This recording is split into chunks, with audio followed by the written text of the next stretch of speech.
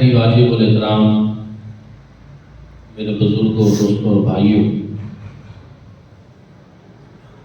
اللہ رب العزت نے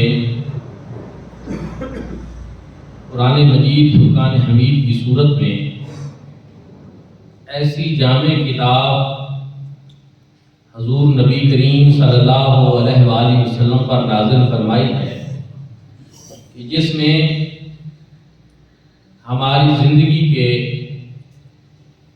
تمام مسائل کا حل موجود ہے اور ایک بہترین انسان کی زندگی گزارنے کے لیے ہر طرح کی رہنمائی موجود ہے۔ قرآن مجید فرقان حمید سے ہی ہمیں یہ پتہ چلتا ہے کہ ہمارا اپنے اللہ رب العزت کے ساتھ تعلق کیسا ہونا چاہیے، پھر ہمارے رشتہ دار ہیں، والدین ہیں، دوست احباب ہیں، اولاد ہے، ان سب کے ساتھ ہمارے تعلق کی نوعیت کیا ہونی چاہیے۔ اس سلسلہ میں قرآن مجید فرقان حمید میں بڑی خوبصورت رہنمائی کی گئی ہے۔ میں نے جو آیت کریمہ آپ حضرات کی خدمت میں تلاوت کرنے کا شرف حاصل کیا ہے، اس میں اللہ رب العزت نے ارشاد فرمایا کہ وَقَضَىٰ رَبُّكَ أَلَّا تَعْبُدُوا إِلَّا إِيَّاهُ، کہ تمہارے رب نے یہ فیصلہ فرما دیا ہے، اس کا یہ حکم آ چکا ہے کہ تم اللہ کے سوا کسی کی عبادت نہ کرو۔ یہاں اس آیت کریمہ میں اگر آپ غور فرمائیں تو رب تعالیٰ نے پہلے اپنی صفت ربوبیت کا ذکر فرمایا کہ وَقَضَىٰ رَبُّكَ، تمہارے رب کا یہ فیصلہ ہے۔ ایسا کیوں فرمایا؟ حالانکہ رب تعالیٰ کی کئی صفات ہیں اور رب تعالیٰ کا اس میں ذاتی بھی ہے۔ رب تعالیٰ نے وَقَضَ اللَّهُ نہیں فرمایا کہ آپ کے اللہ کا یہ حکم ہے، وَقَضَ الرَّحْمَٰنُ نہیں فرمایا کہ رحمان کا یہ حکم ہے، بلکہ فرمایا وَقَضَىٰ رَبُّكَ، تمہارے رب کا یہ حکم ہے۔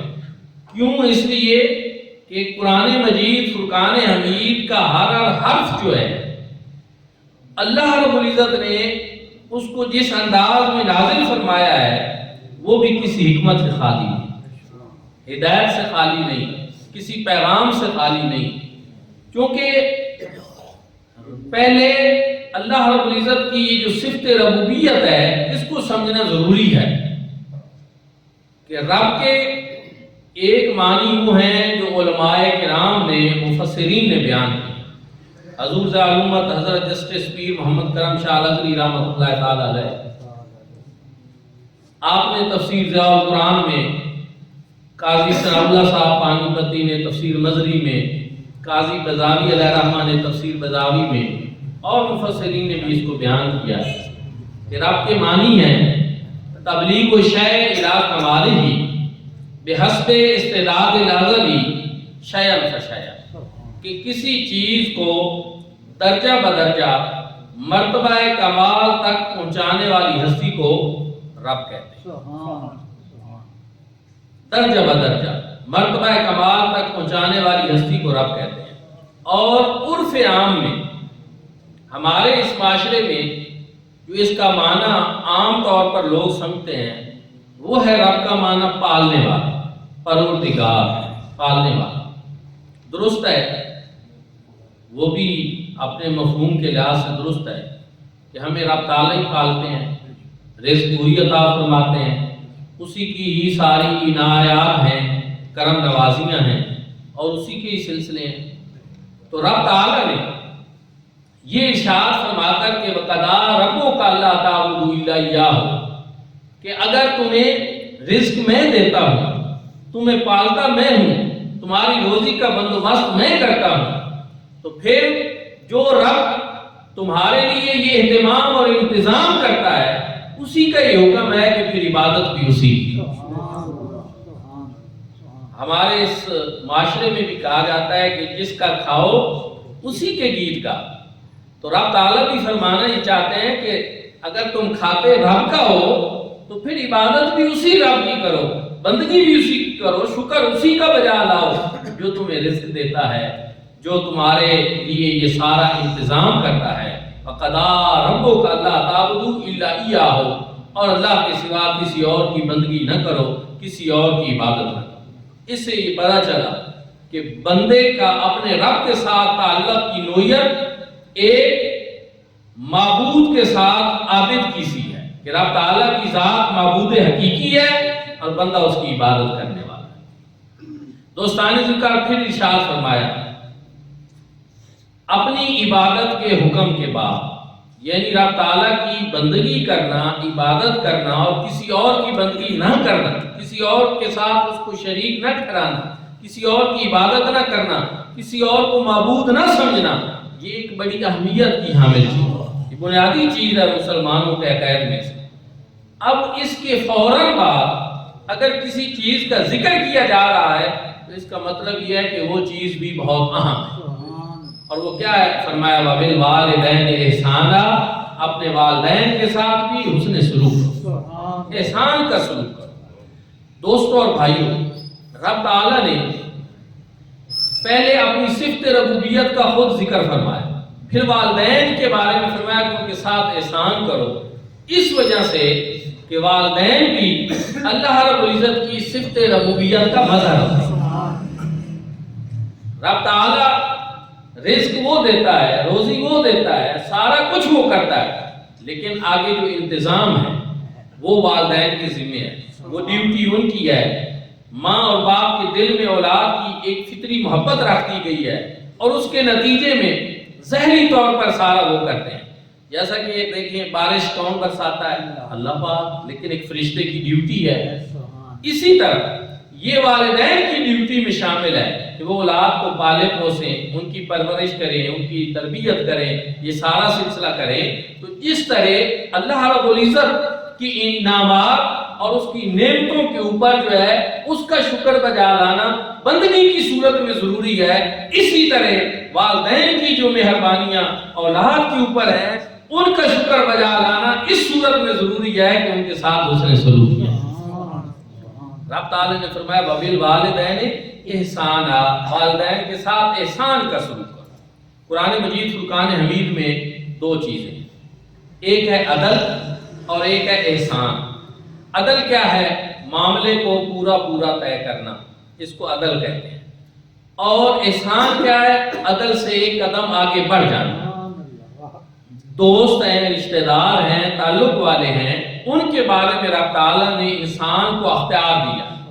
ان اللہ یامر بالعدل والاحسان، کہ بے شک اللہ رب العزت حکم دیتے ہیں عدل کا بھی اور احسان کا، کہ چاہیں تو آپ کسی سے عدل کا معاملہ کر لیں، چاہیں تو عدل سے ایک قدم آگے بڑھ کر احسان کا معاملہ کر لیں، لیکن ظلم اور زیادتی کی تو کہیں بھی گنجائش نہیں ہے، وہ آپ نہیں کر سکتے۔ یا عدل کر سکتے ہیں کہ پورا پورا معاملہ طے کریں، یا پھر تھوڑا سا آگے اور بڑھ کر۔ وہ کیسے؟ آپ نے کسی سے 1000 روپیہ لینا ہے تو آپ اس سے اپنا 1000 لے لیں، یہ آپ کا عدل ہے۔ اور اگر کسی مزدور کو آپ نے مزدوری پہ لگایا اور اس کے ساتھ 1000 روپیہ طے ہوا، لیکن جب دینے کی باری آئی تو آپ نے اس کو 1000 نہیں دیا، آپ نے اس کو 100 200 اور خوش ہو کر بطور انعام دے دی کہ یہ رکھ لیں، یہ میری طرف سے، تو وہ آپ کا عدل نہیں بلکہ وہ آپ کا ایک احسان، ایک قدم آگے بڑھ کر رہ لیجیے۔ اللہ رب العزت نے ارشاد فرمایا کہ جب تم دوستوں کے ساتھ، عام لوگوں کے ساتھ، رشتہ داروں کے ساتھ معاملہ کرو تو اس میں عدل سے بھی کام لے سکتے ہو اور احسان سے بھی، لیکن والدین کی جب باری آئے تو فرمایا وَبِالْوَالِدَيْنِ احسانا، والدین کے ساتھ احسان کا سلوک، ہمیشہ احسان کا سلوک کرنا ہے۔ ان کے ساتھ جب معاملات کرنے ہیں، یہ پیسوں کی مثال تو میں نے آپ لوگوں کو سمجھانے کے لیے دی، صرف پیسوں کے معاملے میں ہی نہیں، ہر طرح کے معاملے میں والدین کے ساتھ آپ نے جب بھی کرنا ہے احسان کا سلوک کرنا ہے، عدل سے بھی ایک قدم آگے بڑھ کر سلوک کرنا ہے۔ کیوں؟ اس لیے کہ ان کے اوپر، ان کے تمہارے اوپر بڑے احسانات ہیں، بڑی مہربانیاں ہیں، بڑی کرم نوازیاں ہیں، اور ایک انسان اپنے ماں اور باپ کے احسانات کا بدلہ تو کبھی بھی نہیں چکا سکتا۔ اس لیے فرمایا اور پھر قرآن مجید فرقان حمید میں اگر اتنا بیان فرما دیا جاتا تو ہمارے لیے تو یہ بھی بڑا کافی تھا، لیکن پروردگار عالم نے مزید ارشاد فرمایا اما یبلغن عندک الکبر احدہما او کلاہما فلا تقل لہما اف ولا تنہرہما، کہ جب ان دونوں میں سے کوئی ایک یا وہ دونوں بڑھاپے کی عمر کو پہنچ جائیں تو پھر کیا کرنا ہے؟ فرمایا فلا تقل لہما اف ولا تنہرہما، نہ انہیں اف کہنا ہے اور نہ انہیں جھڑکنا۔ سوال یہ پیدا ہوتا ہے کہ ماں اور باپ اگر جوان بھی ہوں تو پھر بھی قابل تعظیم ہے، قابل محبت ہے، پھر بھی ان سے اس نے سلوک ہی کرنا ہے، لیکن اللہ رب العزت نے فرمایا کہ جب ان میں سے کوئی ایک یا وہ دونوں بڑھاپے کی عمر کو پہنچ جائے، اما یبلغن عندک الکبر احدہما او کلاہما، کوئی ایک یا دونوں بڑھاپے کی عمر کو پہنچ جائیں، پھر کیوں؟ اب اس لیے کہ ہمیں پیدا کس نے کیا؟ اللہ پاک نے۔ ہماری طبیعتیں کس نے بنائی ہیں؟ اللہ پاک نے۔ مزاج کس نے بنایا؟ اللہ پاک نے۔ رب تعالیٰ کو سارا پتہ ہے کہ یہ میری مخلوق ہے، میں نے ان کو بنایا ہے، تو ہوگا کیا کہ جب والدین جو ہیں وہ کمانے والے ہوں گے، صحت مند ہوں گے اور اولاد ان سے لینے والی ہوگی تو بڑے مطیع ہوں گے، بڑے فرما بردار ہوں گے، بڑی ان کی بات مانیں گے اور بڑے آداب بجا لائیں گے۔ کیونکہ جب ہم بھی اس مرحلے سے گزرے ہیں کہ اسکول میں پڑھتے تھے، جب ہمارے کسی پارٹی کی خواہش ہوتی تھی، کوئی اضافی پیسے چاہیے ہوتے تھے، تو اس دن پھر باپ سے ملنے کا انداز بھی بڑا مختلف، بڑا ہی ایک اسپیشلی سا طریقہ اختیار کر کے، اور والدین تو ویسے ہی سمجھ جاتے ہیں، بچے کو چہرہ دیکھتے ہی ان کو پتہ چل جاتا ہے کہ آج کیا چاہتا ہے، آج یہ کس انداز سے یہ طریقہ اختیار کر رہا ہے۔ تو مطلب یہ ہے کہ جوانی میں جب والدین دینے والے ہوں، اولاد لینے والی ہو، تو پھر ہر بچہ بڑا مطیع اور فرما بردار اور بڑا ہی صحیح ہوتا ہے۔ لیکن کیا ہوتا ہے کہ پھر ایک ایسا وقت آتا ہے کہ والدین بوڑھے ہو جاتے ہیں، اولاد جوان ہو جاتی ہے، اب اولاد کما رہی ہے، والدین لینے والے بن جاتے ہیں، تو پھر مسئلہ کیا آتا ہے کہ فطری طور پر ان کی والدین کی طبیعت میں بڑھاپے کی وجہ سے ایک چڑچڑا پن بھی آ جاتا ہے، طبیعت اس طرح کی ان کی نہیں رہتی، مزاج اس طرح کا نہیں رہتا،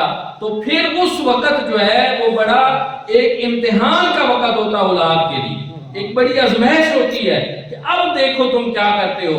جب والدین سے لینے والے تھے تو تمہارے آداب اور تمہارا طریقہ اور تھا، اب والدین کی خدمت کرنا اب تمہارے ذمہ تو یہ ہے، اب تم نے کمائی کرنی ہے، اب تم نے ان کی خدمت میں پیش کرنا ہے۔ تو فرمایا جب وہ بڑھاپے کو پہنچ جائیں تو اب خبردار ہو جاؤ کہ کہیں تم انہیں اف اور کہیں انہیں جھڑک نہ بیٹھو، تمہیں اس بات کی قطعاً اجازت نہیں۔ دوستوں اور بھائیوں، قرآن مجید کا نا ایک اسلوب ہے، ایک انداز ہے کہ رب تعالیٰ جو ہے آخری درجہ بیان کر دیتے ہیں کہ یہ ایک حد ہے آخری، پھر باقی چیزیں اس سے انسان جو ہے وہ خود بخود سمجھتا ہے کہ رب تعالیٰ نے یہ بتا دیا کہ اف نہیں کہہ سکتے، یہ ایک آخری درجہ بتا دیا کہ جب اف ہم نہیں کہہ سکتے تو پھر والدین پہ ہاتھ بھی نہیں اٹھا سکتے، پھر ان کو گالی نہیں دے سکتے، پھر ان کو کسی قسم کی تکلیف نہیں ہم پہنچا سکتے۔ آخری درجہ اف کا ہے کہ انسان جو ہے جب کسی بات کو انتہا درجے کا ناگوار سمجھتا ہے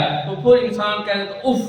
فرمایا نہیں، تم والدین کو یہ بھی نہیں کہہ سکتے، جھڑک بھی نہیں سکتے، ان کی ہر طرح کی بات کو برداشت کرنا یہ تمہارے لیے ضروری ہے۔ تو دوستان نے کہا یہ آداب اللہ رب العزت نے بتائے، لیکن کب؟ جب وہ بڑھاپے کی عمر کو پہنچ جائے تو پھر رب تعالیٰ نے اس بات کو خصوصی طور پر اس لیے بیان کیا کیونکہ عمومی طور پر والدین کی بے ادبی لوگ کرتے ہی اس وقت ہیں جب والدین بوڑھے ہو جائیں۔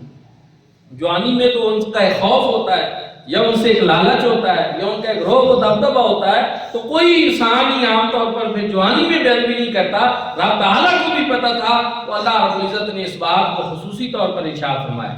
اب آپ سارے حضرات اگر توجہ فرمائیں اور غور فرمائیں تو آپ دیکھیں کہ قرآن پاک کتنی باریکیوں سے ان چیزوں کو بیان کر رہا ہے، کتنی باریکیوں سے۔ یعنی ہم تو قرآن کو سرسری طور پہ پڑھتے ہیں، لیکن رب تعالیٰ کس انداز میں ہر چیز کو بیان فرما رہے ہیں۔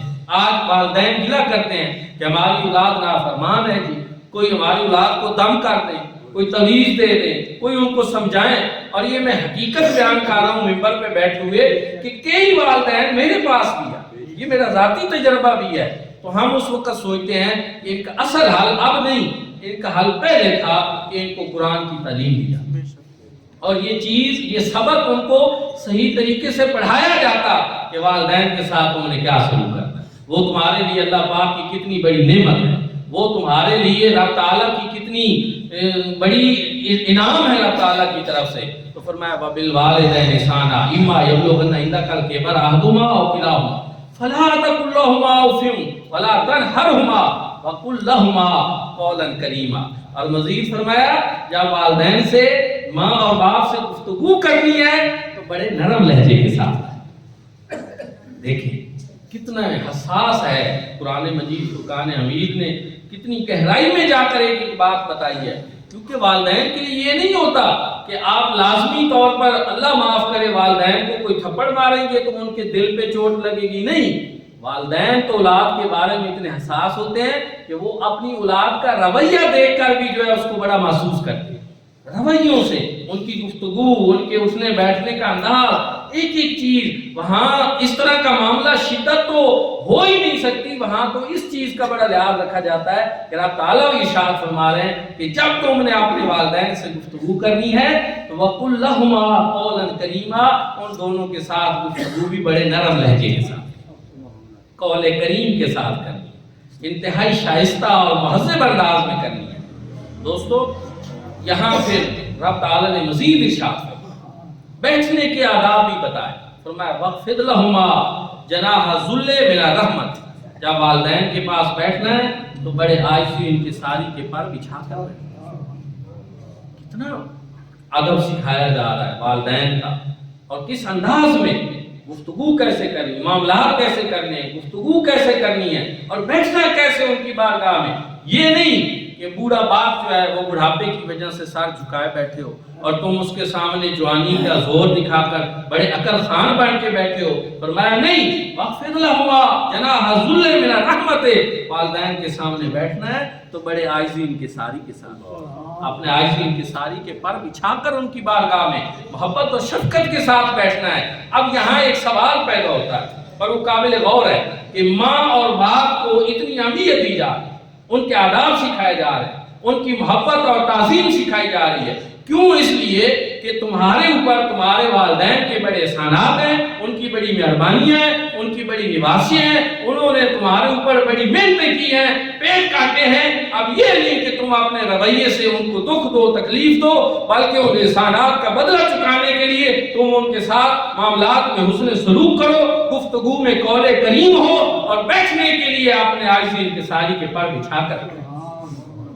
اچھا، اب قرآن پاک جیسا کہ میں نے بتایا کہ رسول کی کتاب بھی ہے، ضابطوں کی کتاب بھی ہے، وہ ایک چیز جب بیان کی جاتی ہے تو پھر دوسری چیز اس سے خود بخود انسان سمجھتا ہے۔ اور جب ہمیں یہ پتہ چلا کہ والدین کی محبت کی وجہ سے اور والدین کی تربیت کی وجہ سے جو ہماری کرتے ہیں اور پرورش کی وجہ سے جو ہمارے اوپر احسانات ہیں، ان کا ادب تعظیم اتنی ضروری ہے، تو پھر مجھے کہنے دیجئے کیا خیال ہے آپ کا اس ہستی پاک کے بارے میں کہ جس کے احسانات کا سلسلہ کبھی ختم نہ ہونے والا ہے، اور ہمارے جسموں پر اتنے بال نہیں ہیں جتنا ہمارے اوپر مصطفیٰ کریم صلی اللہ علیہ وسلم کے احسانات۔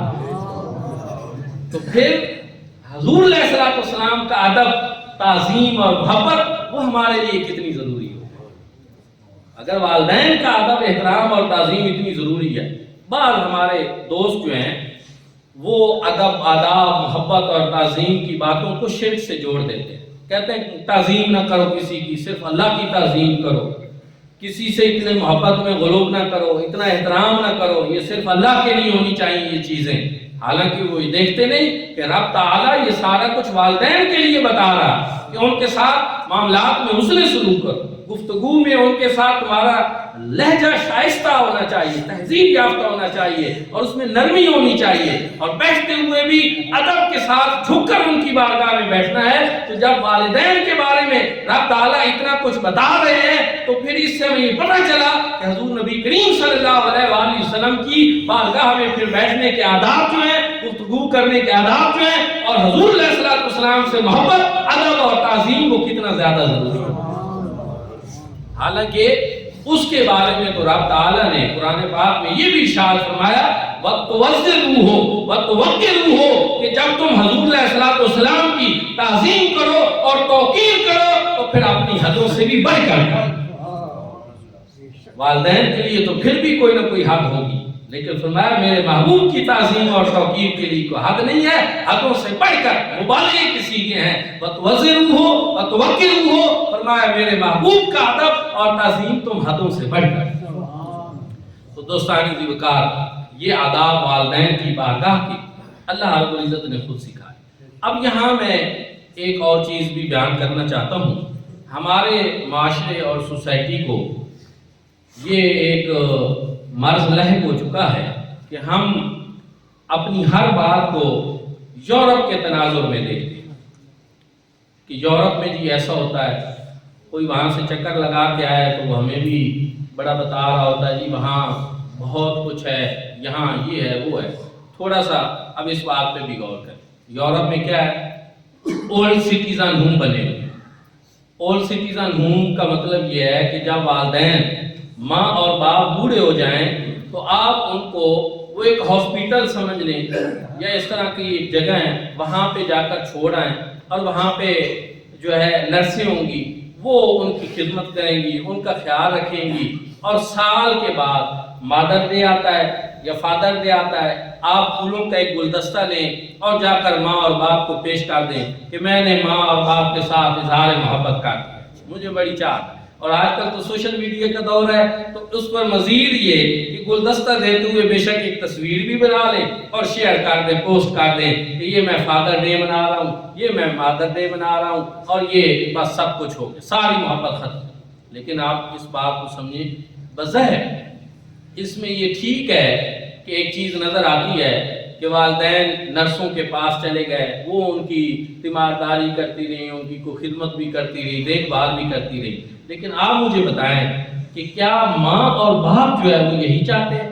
ان کے احساسات اولاد کے بارے میں یہی ہوتے ہیں؟ ان کے جذبات یہی ہوتے ہیں کہ بس بڑھاپے میں ان کو کہیں پھینک دیا جائے کسی ہاسپیٹل میں، اولڈ سٹیزن ہوم میں؟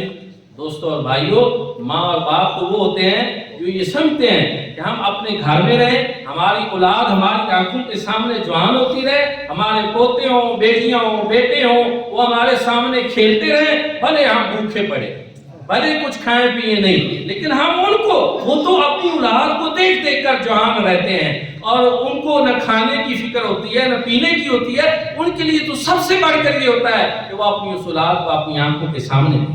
پھر اگر اولاد فرما بردار ہو، پھر خوش قسمتی سے وہ مطیع ہو اور لائق ہو اور خدمت گار ہو، تو پھر تو ماں اور باپ جو ہے ان کو تو سارے غم ہی بھول جاتے ہیں، ان کی ساری باتیں ہی ان کے لیے یہی ہوتی ہیں کہ اولاد بڑی لائق ہے جی، بڑی فرما بردار ہے، دوسروں کو بھی بتاتے ہیں۔ ماسٹر خادم صاحب ملنے آئے، بابا جی نے بتایا ماسٹر صاحب کوئی پریشانی نہیں ہے، ماشاءاللہ بچے بڑے فرما بڑی کیئر کرتے ہیں، بڑی میری خیر خبر لیتے ہیں، بات ہی ختم۔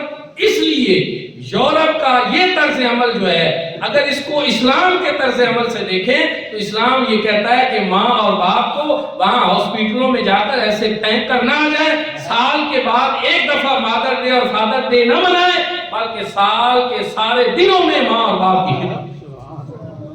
حضور نبی کریم صلی اللہ علیہ وآلہ وسلم سے ایک صحابی نے پوچھا یا رسول اللہ میرے حسن سلوک کا سب سے مستحق کون ہے؟ حضور صلی اللہ علیہ وسلم نے فرمایا امو کا تیری ماں۔ پھر اس نے عرض کیا رسول اللہ کون؟ پھر فرمایا تیری ماں۔ اس نے پھر عرض کیا رسول اللہ پھر کون؟ پھر فرمایا تیری ماں۔ اور پھر حضور صلی اللہ علیہ وسلم نے اس کے پوچھنے پہ فرمایا تیرا باپ۔ دیکھیں کوئی موازنہ ہے؟ اسلام جیسے خوبصورت مذہب کا یورپ سے آپ موازنہ کرتے ہیں اور اس کی تہذیب سے؟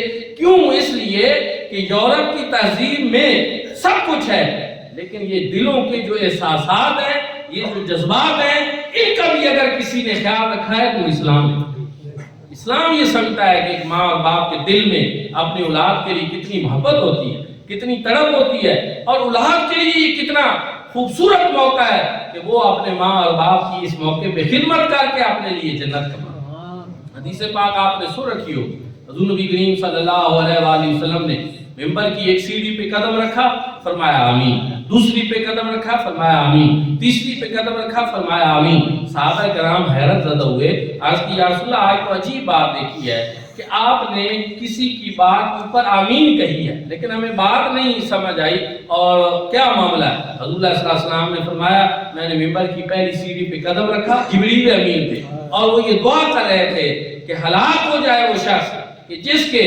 ماں باپ بڑھاپے کی عمر کو پہنچ جائے وہ ان کی خدمت کر کے اپنے لیے جنت نہ لکھوا۔ میں نے کہا آمین۔ اب آپ مجھے بتائیں جبریل امین ایک دعا کرے اور رسول اللہ صلی اللہ علیہ وسلم اس پہ آمین فرما دے تو پھر کوئی بات پیچھے رہ جاتی ہے کہ وہ ایسا یقین ہی نہیں ہوگا۔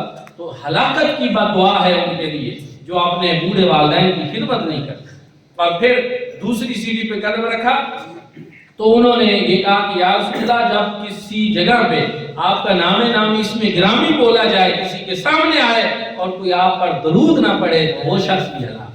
پھر میرے مانا ہے آمین۔ اور تیسری چیز رسول اللہ صلی اللہ علیہ وسلم نے فرمایا جبریل امین نے کہا کہ رمضان شریف کے روزے ہیں اور کوئی اپنی بخشش کا سامان نہ نکالے تو وہ شخص بھی ہلاک ہو جائے۔ تو میں نے پھر کہا آج رجب کا مہینہ بھی شروع ہو چکا ہے اور رجب کے مہینے کی دعا جو ہے جب رجب کا چاند ہوا رسول اللہ صلی اللہ علیہ وسلم نے کیا دعا مانگی؟ اللہم بارک لنا فی رجب و شعبان و بلغنا رمضان۔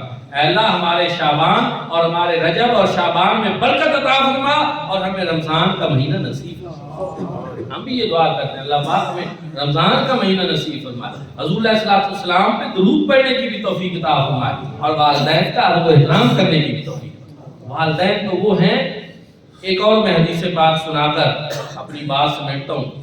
حضور نبی کریم صلی اللہ علیہ وآلہ وسلم نے ارشاد فرمایا کہ وہ شخص جو اپنی دعاؤں میں اپنے والدین کو بھلا دیتا ہے اللہ رب العزت اس کے رزق میں کمی کر دیتا ہے۔ اچھا اس کا مفہوم کیا ہے؟ ایک تو یہ پتہ چلا کہ والدین کو دعاؤں میں یاد نہ رکھنا، دعا مانگتے ہوئے ان کے لیے دعا نہ کرنا۔ اگر آپ کو کوئی اور دعا نہیں بھی آتی تو ربنا اغفر لی ولوالدی وللمؤمنین یوم یقوم الحساب، یہ دعا تو آپ مانگ لیا کریں۔ یہ تو ایسی دعا ہے جو آپ بار بار میں مانگتے ہیں اور سب سے بہتر تو یہ کہ آپ نماز پڑھا کریں ساتھ یہ دعا بھی۔ اچھا پھر اس کا دوسرا مفہوم یہ پتہ چلتا ہے کہ اگر آپ رزق میں اضافہ چاہتے ہیں کہ اللہ آپ کے رزق میں برکت دے، رزق میں بھی اضافہ ہو، والدین کے لیے دعا بھی ہو، تو پھر یہی سب سے اچھا طریقہ ہے کہ آپ اپنے والدین کے لیے دعا کریں۔ اللہ بھی خوش، اللہ بھی خوش، اس کا رسول بھی خوش، والدین کے لیے دعا بھی اور رزق میں برکت۔ کتنی خوبصورتیاں ہیں جو ہمارے دین اسلام میں ہیں۔ اور پھر آخر میں ارشاد فرمایا وَقُلْ رَبِّ ارْحَمْهُمَا كَمَا رَبَّيَانِي صَغِيرًا۔ تو انشاءاللہ آئندہ جمعۃ المبارک پہ اس کے حوالے سے تفصیلی میں آپ کی خدمت میں اس کا ترجمہ اور تفسیر بیان کروں گا۔ اللہ رب العزت عمل کی توفیق عطا فرمائے۔ آخر دعوانا الحمدللہ۔